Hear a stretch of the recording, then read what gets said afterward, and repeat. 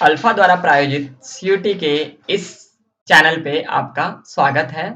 यहाँ हम political science का सिलेबस डिस्कशन कर रहे थे। हमने पॉलिटिकल साइंस की जो पहली बुक है समकालीन विश्व में राजनीति, उसका सिलेबस हम डिस्कशन कर चुके हैं। डिटेल सिलेबस डिस्कशन कर चुके हैं, टॉपिक वाइज जो सीयूटी में डिस्क्राइब है।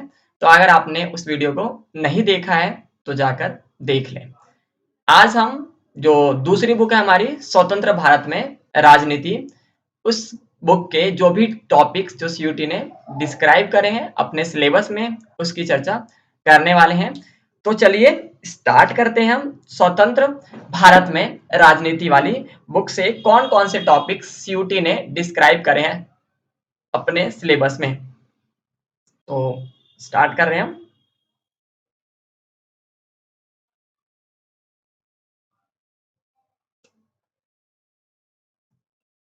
तो पहली जो यूनिट है जो दूसरी बुक से आ रही है, जो सीयूटी ने डिस्क्राइब करा है पहला यूनिट, वो है एक दलीय प्रभुत्व का युग। यानी एक दलीय प्रभुत्व का युग क्या होता है पता है आप सबको। आजादी के समय से लेकर 3 आम चुनावों तक कांग्रेस ही वो पार्टी थी जो लगातार आम चुनाव में प्रथम 3 आम चुनाव में विजयी रही और उसके अगल-बगल यानी कि कहीं पे भी कोई दिख नहीं रहा था। सारी पार्टियां उस समय शैशवावस्था में थी, यानी उसके सामने बौने प्रतीत होते थे। तो कैसे पहले आम 3 चुनाव में कांग्रेस पार्टी का प्रभुत्व रहा, इसको जानेंगे। और राष्ट्रीय स्तर पर कांग्रेस पार्टी का प्रभुत्व का स्वरूप क्या था, क्यों था प्रभुत्व का दौर, उसको जानेंगे। राज्य स्तर पर असमान प्रभुत्व यानी कहीं ज्यादा था तो कहीं कम था, यानी कांग्रेस पार्टी सभी राज्यों में उस तरह का प्रभुत्व नहीं जमा पाई थी, तो उसको भी हम जानेंगे क्या कारण थे उसके। कांग्रेस के गठबंधन की प्रकृति कैसी थी, उसको जानेंगे। और प्रमुख विपक्षी दल उस वक्त कैसे थे, इन टॉपिक को हम डिस्क्राइब करने वाले हैं। बहुत बढ़िया टॉपिक है ये हमारे को। ये बुक अगर बात करें आपसे तो पूरी बुक जो स्वतंत्र भारत में राजनीति वाली जो बुक है, वो पूरी बुक आपको भारत की राजनीति का परिचय कराने वाली है। इस बुक को पढ़ने के बाद आप भारत की राजनीति को समझ पाएंगे कि क्या राजनीति थी भारत की अभी से यानी कि 1947 से लेकर अभी तक भारत की राजनीति का स्वरूप कैसा रहा है, भारत में कौन-कौन सी पार्टियां किस विचारधाराएं से हैं, वर्तमान में जो पार्टियां उभर कर सामने आई हैं उनका इतिहास क्या रहा है, उन चीजों को हम बहुत बारीकी से समझ पाएंगे।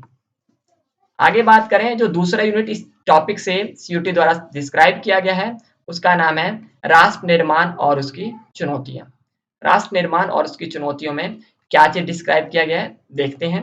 राष्ट्र निर्माण के लिए नेहरू का दृष्टिकोण कैसा था, यानी जब हम आजाद हुए तो सबसे मेन चुनौती हमारी क्या थी, राष्ट्र निर्माण करना।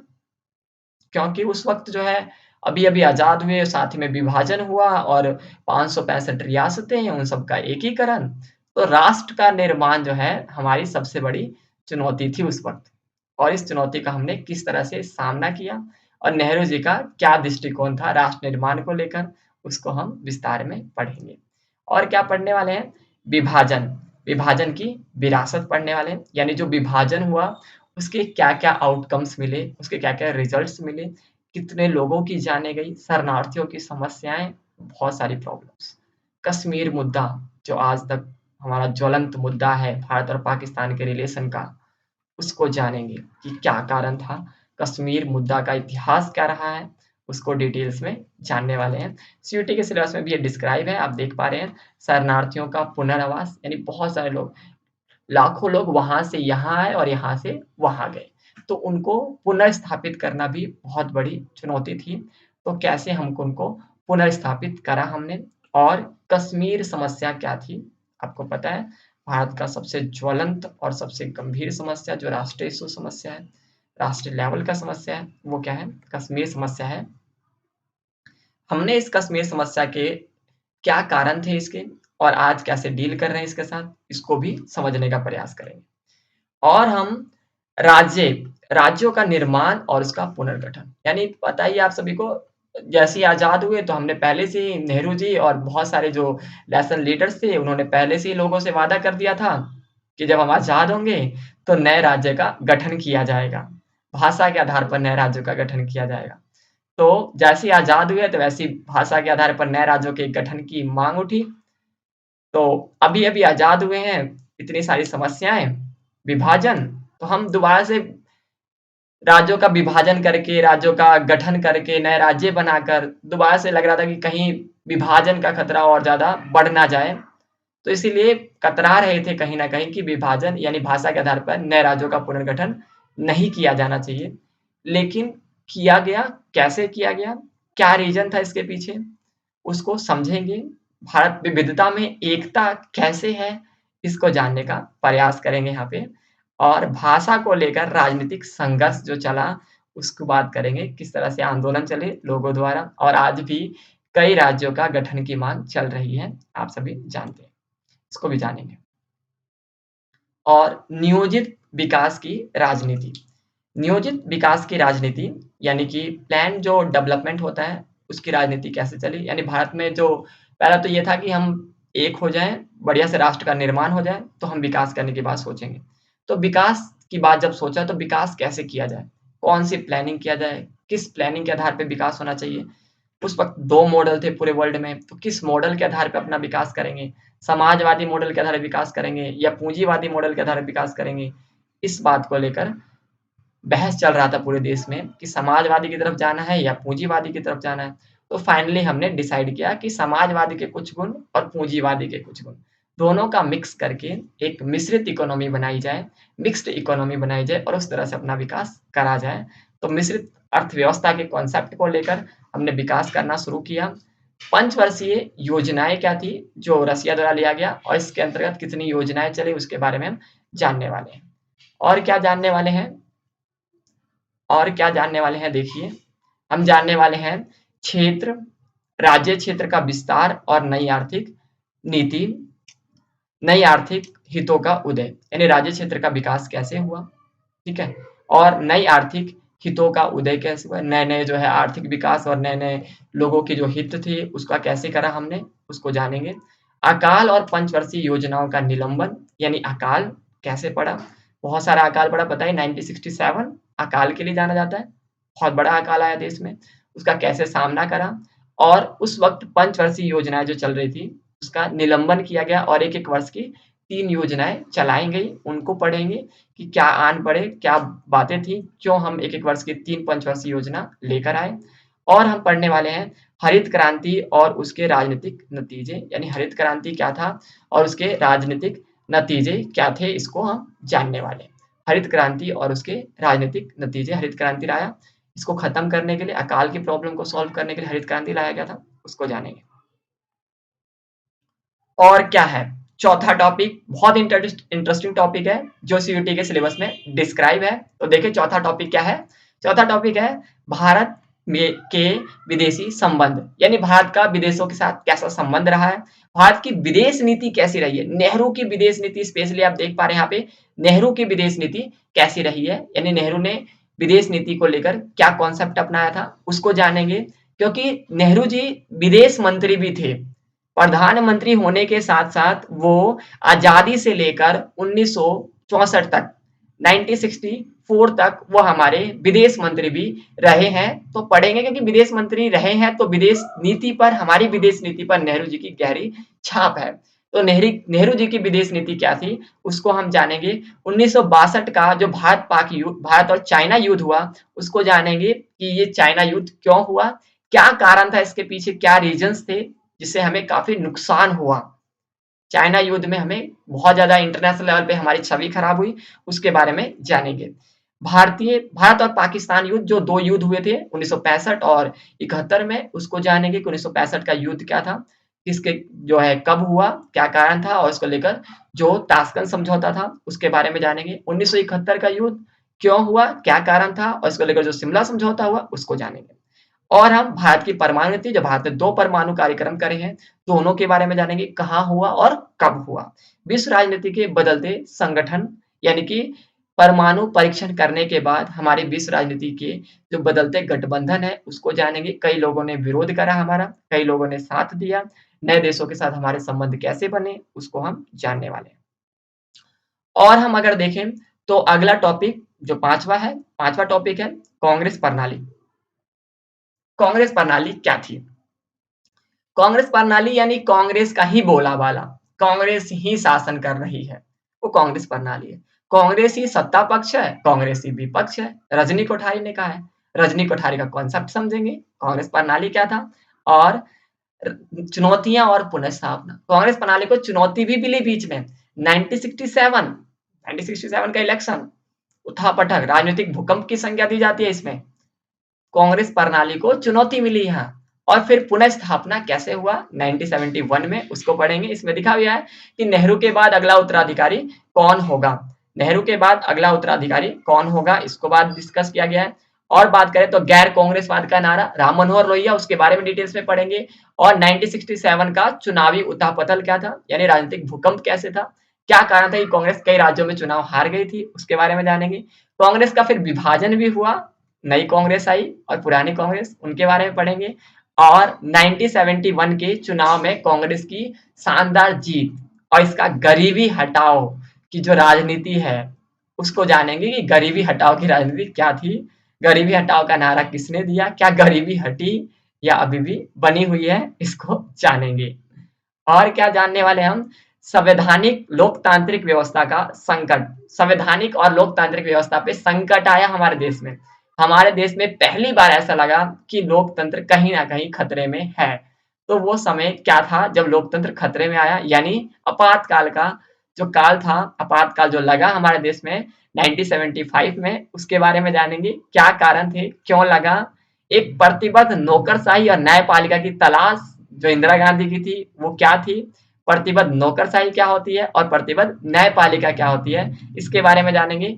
गुजरात में जो नवनिर्माण आंदोलन चले और बिहार में जो आंदोलन चले उसके बारे में भी जानेंगे कि गुजरात में आंदोलन कौन कौन से चले और इस गुजरात के आंदोलन का आपातकाल से क्या रिलेशन था और बिहार के आंदोलन का आपातकाल से क्या रिलेशन था, इसको जानने वाले हैं। और हम आपातकाल, संदर्भ, संवैधानिक और अतिरिक्त संवैधानिक आयाम, आपातकाल का विरोध, पूरा आपातकाल के बारे में डिटेल्स में पढ़ेंगे। क्या संदर्भ है, संवैधानिक प्रावधान कौन कौन से किए गए हैं और आपातकाल का विरोध कैसे किया गया, उसके परिणाम क्या निकले, वो भी देखेंगे। 1977 का इलेक्शन, पहली बार कांग्रेस को सत्ता से बाहर रखा गया। कैसे रखा गया, जनता पार्टी का गठन हुआ और कितनी पार्टियों का गठजोड़ था, ये इसके बारे में पढ़ेंगे। और इसके बाद एक सबसे महत्वपूर्ण टॉपिक है वो नागरिक स्वतंत्रता संगठनों का उदय। हमने देखा कि आपातकाल के दौरान बहुत सारे नागरिक जो अधिकार थे उनका हनन हुआ। बहुत सारे नागरिक अधिकारों, जो मानव अधिकार आयोग थे, वो ठीक से काम नहीं कर पाए थे। तो ये देखेंगे कि इसके लिए नए संगठनों का उदय हुआ जो अपनी प्रभावशाली भूमिका निभाएंगे आने वाले समय में। तो इसकी बात करेंगे कि जो नागरिक स्वतंत्रता संगठन है वो कौन कौन से उदय हुआ उनका और उनकी क्या भूमिका रहेगी। जो 7वां यूनिट सीयूटी के सिलेबस में डिस्क्राइब है उसका नाम है क्षेत्रीय आकांक्षाएं और संघर्ष, यानी अलग अलग जगहों पे कौन कौन सी क्षेत्रीय आकांक्षाएं देखने को मिली, अलग अलग जगह पे कौन कौन सी मांगे उठ रही हैं उसको पढ़ेंगे। जो पहले उठी थी मांगे उन्हें, जो अभी उठ रही हैं उन्हें, दोनों की चर्चाएं करेंगे। और कहाँ पे क्षेत्रीय संघर्ष देखने को मिले, आंदोलन देखने को मिले, उसे बात करेंगे। क्षेत्रीय दलों का उदय, बहुत सारे क्षेत्रीय दलों का उदय हुआ। ये सारे क्षेत्रीय दल कहीं ना कहीं किसी ना किसी संघर्ष से उठे हैं, जो एक क्षेत्र विशेष को संघर्ष को लेकर आगे आए हैं और उसके बेस पर ये क्षेत्रीय संगठन यानी क्षेत्रीय दल या पार्टीज बनी है। जैसे केजरीवाल की पार्टी देख लें आप। आगे देखेंगे तो पंजाब संकट क्या था, पंजाब में संकट हुआ, पता ही है, सिख विरोधी दंगे हुए, ऑपरेशन ब्लू स्टार, उसके बारे में जानेंगे। कश्मीर की स्थिति क्या है, पता ही है आप सभी को, 370 हट गया है लेकिन अभी भी स्थिति पूरी तरह से नॉर्मल नहीं हुई है, राजनीतिक व्यवस्था वहां पे अभी बहाल नहीं की गई है। तो कश्मीर का पूरा हिस्ट्री एंड से लेकर अभी तक की पूरी हिस्ट्री पढ़ने वाले हैं। आगे बात करें तो उत्तर पूर्व में चुनौतियां और प्रतिक्रियाएं क्या है, यानी उत्तर पूर्व ईस्ट जो है, ईस्ट के बारे में पढ़ेंगे। जो 7 सिस्टर्स हैं उनके बारे में पढ़ेंगे, जो 7 सिस्टर्स की क्या स्टोरी रही है, सभी के आंदोलनों के बारे में, चाहे नागालैंड का हो, त्रिपुरा का हो, मेघालय का हो, मिजोरम का हो या मणिपुर का हो या असम का। असम में बहुत बड़ा आंदोलन चला जो छात्रों का आंदोलन था, उसके बारे में भी चर्चा करेंगे। और जो 8वां टॉपिक जो सीयूटी के सिलेबस में डिस्क्राइब है उसमें है नए सामाजिक आंदोलनों का उदय। नए नए आंदोलन चले, जैसे किसान आंदोलन अभी देख रहा था, इससे पहले भी आंदोलन चला और ये जो किसान आंदोलन उस वक्त चलाया गया था, उस वक्त इस किसान आंदोलन के जो हेड थे, जो अभी राकेश टिकैत है, उनके ही पिताजी थे महेंद्र टिकैत। उन्होंने ही ये किसान आंदोलन की अगुवाई करी थी, तो उसके बारे में जानेंगे, बीकेयू के बारे में। और हम पढ़ने वाले हैं महिला आंदोलन, ताड़ी विरोधी आंदोलन जो आंध्र प्रदेश में चला, चिपको आंदोलन, इस तरह के आंदोलन पढ़ेंगे। पर्यावरण को लेकर भी बहुत सारे आंदोलन चलाए गए, जो जैसे कि आप देखेंगे जो बांध बना था, बांध को लेकर नर्मदा बचाओ आंदोलन, इस तरह के आंदोलन चलाए गए। तो पर्यावरण को लेकर चिपको आंदोलन भी पर्यावरण को लेकर चलाया गया आंदोलन था, इसको भी जानेंगे। और विकास को प्रभावित जन आंदोलन, यानी कुछ ऐसे विकास आंदोलन जो विकास को प्रभावित कर रहे थे कि विकास ढंग से नहीं हो रहा था, वो कौन कौन से आंदोलन थे उसके बारे में भी जानेंगे। जैसे एक जो है आप सभी देखेंगे जो कोस्टल एरियाज में आंदोलन चलाया गया था फिश को लेकर, कि फिश नहीं पकड़ने दिया था उन्हें, उसके बारे में भी पढ़ेंगे, जो वैश्वीकरण का कहीं ना कहीं विरोध करने वाला आंदोलन था। आगे मंडल आयोग की रिपोर्ट का क्रियान्वयन और उसके परिणाम, यानी मंडल आयोग क्या था, मंडल आयोग कब बना, 1978 में कैसे बना और उसकी क्या भूमिका रही, उसके बारे में जानने वाले हैं। और क्या जानने वाले हैं, और मंडल आयोग की सिफारिशें क्या थी और वो कहाँ तक उसकी सिफारिशें लागू हो पाई, और लागू होने के बाद उसके क्या रिजल्ट्स निकले। आप देख रहे हैं ओबीसी को आरक्षण इतना ज्यादा मिला हुआ है, 27%, ये मंडल आयोग का सिफारिश के बेस पे हुआ है। आगे बात करें तो अगला 9वां जो टॉपिक सीयूटी के सिलेबस में है वो है लोकतांत्रिक उभार और गठबंधन की राजनीति। लोकतांत्रिक उभार 1990 में क्या हुआ पता ही आप सभी को, कि 1989 की अगर बात करें, 1989 में गठबंधन की राजनीति का युग शुरू होता है। उस वक्त के बाद आज तक कोई भी पार्टी अपने दम पर चुनाव नहीं लड़ी है, सभी ने गठबंधन का सहारा लिया है सरकारें बनाने के लिए। आज आप देख रहे हैं मोदी की पार्टी जो बीजेपी है उसने स्पष्ट बहुमत लिया है, लेकिन चुनाव कैसे लड़ा, एनडीए के साथ, अकेले चुनाव नहीं लड़ा है। तो आज भी हम बोल नहीं सकते गठबंधन का युग खत्म हो गया है, क्योंकि पार्टियां क्या है अकेले चुनाव नहीं ले रही। जो आम सभा चुनाव है उसमें अकेले चुनाव नहीं लड़ा जा रहा, गठबंधन में ही चुनाव लड़ा जा रहा है। तो 1989 से कैसे गठबंधन का युग शुरू हुआ और गठबंधन का युग शुरू होने के क्या कारण थे इसके बारे में पढ़ेंगे। बीजेपी का उदय कैसे हुआ, जेडी का उदय कैसे हुआ, जनता दल का उदय कैसे हुआ, क्षेत्रीय जो है दलों और गठबंधन की राजनीति में बढ़ती भूमिका। आज की राजनीति में अगर किसी की सबसे ज्यादा भूमिका है वो क्षेत्रीय दलों की है। बिना क्षेत्रीय दलों के सहयोग से कोई भी पार्टी राष्ट्रीय स्तर पर अपनी कोई सरकार नहीं बना सकती।